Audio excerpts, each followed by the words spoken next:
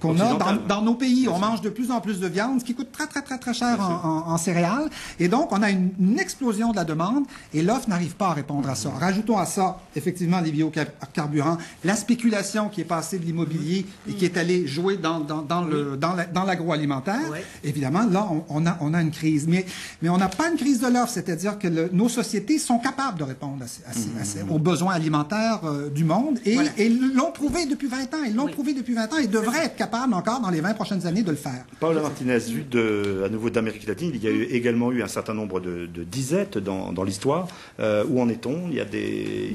L'Haïti, c'est la preuve aussi, c'est les plus grandes émeutes qu'on a assisté cette semaine justement, où les prix du riz il a flambé des $35, $70, les sacs des 50 kilos.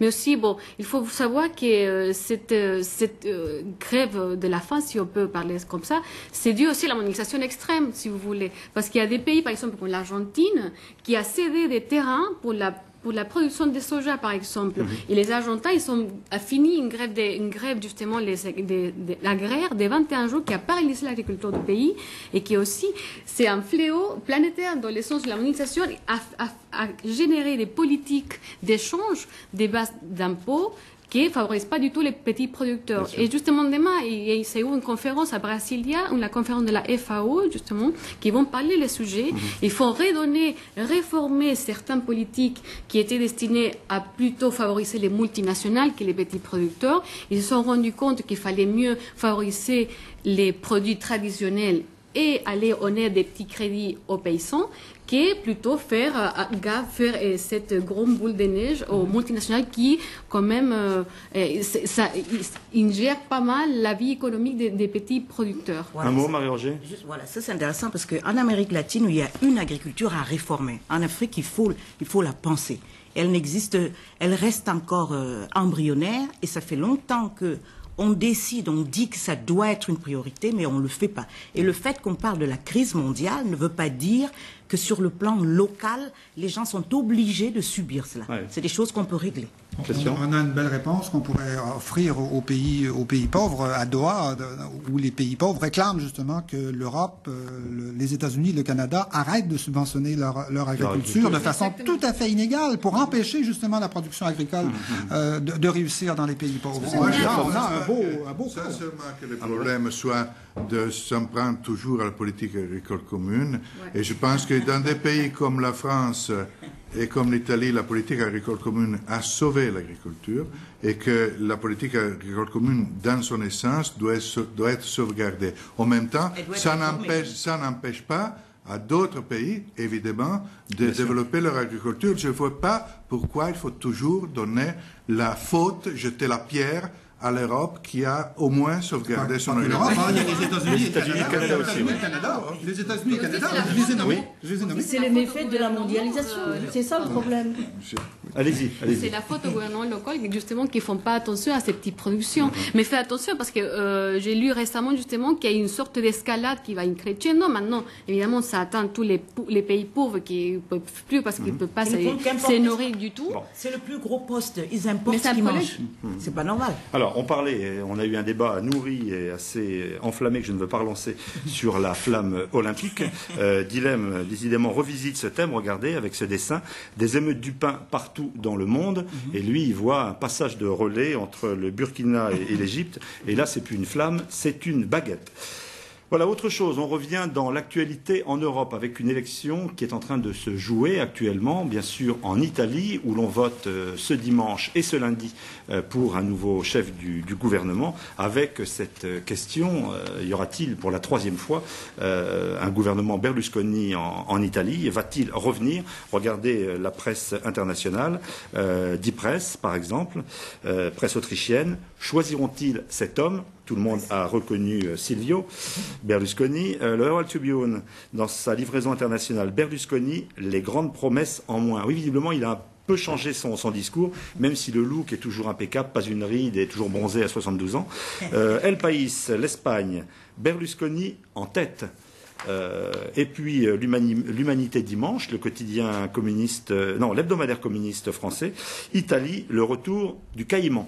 on va dans la presse italienne, La Repubblica, l'Italie face au défi électoral, oui, un titre qui ne mange pas de pain.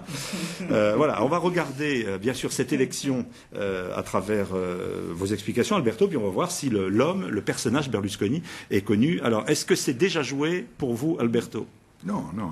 Dans une démocratie, et l'Italie est une démocratie, et rien n'est joué jusqu'au moment où on a compté les votes. Donc, rien n'est joué. Disons, les sondages qui, à ce moment précis, sont interdits, ont dit, quand ils étaient autorisés, et leur publication était autorisée, qu'il y a un avantage du côté du centre-droite. L'ancien maire de Rome? Non, de la droite, c'est-à-dire de Berlusconi. Mais tout est possible. En plus, les choses sont compliquées par la différence de loi électorale entre le Sénat et l'Assemblée nationale, c'est-à-dire la Chambre des députés. Chambre des députés, il y a un prix de majorité pour celui qui gagne à niveau national. Au Sénat, ce prix de majorité a lieu dans chacune des 20 régions italiennes, chose qui peut produire un équilibre au Sénat. Dans le complexe, si vous permettez juste un instant, j'ai l'impression que la raison fondamentale pour laquelle Berlusconi aujourd'hui est, disons, la droite, parce que ce n'est pas la personne Berlusconi, c'est la droite italienne, pour laquelle la droite a l'avantage de certains pronostics est seulement parce que le gouvernement de centre-gauche sortant a déçu les Italiens à cause du caractère hétéroclite de cette majorité de 13 partis. Il a gardé le pouvoir seulement 2 ans. Il s'agit d'élections anticipées, dont c'est, disons, l'échec substantiel du centre-gauche, évidemment, avantage à droite, une victoire possible par défaut, comme dans toute démocratie. Alors Berlusconi connu à travers le monde, en Amérique latine, ça pourrait presque être un homme d'État latino, c'est une flamboyance. Oui, d'ailleurs, nous, on a eu, pendant les élections chiliennes, on a l'homologue exact de Berlusconi, c'était Piñera à l'époque. Aussi, c'est un homme qui est également... Oui, c'est un homme de droite qui a les mêmes caractéristiques, et c'est multimilliardaire, il a une chaîne de télévision, il a tous les pouvoirs sur lui, mais il ne l'a pas gagné, heureusement. Et... Ça, c'est votre avis. Bon, c'est votre avis, exactement. Mais ça nous intéresse beaucoup, les élections en Italie, parce qu'on comprend à peu près ce qui peut se passer. On sait bien qu'un possible triomphe de Berlusconi, c'est plutôt... une sanction pour la défaite des produits, mais on s'interroge aussi qu'est-ce qui va se passer avec ces gauches arc-en-ciel, s'il va tenir son coup, ses réformes, si un jour on pourrait effectivement avoir en Italie rénovée. La gauche en Italie, la gauche radicale. Oui, oui, oui. Il y a une communauté italienne importante au Québec, au Canada. On suit ça de près. Il est connu, Berlusconi. Oui, il est très connu, presque autant que Nicolas Sarkozy, d'une certaine façon. C'est dire. C'est dire, c'est ça.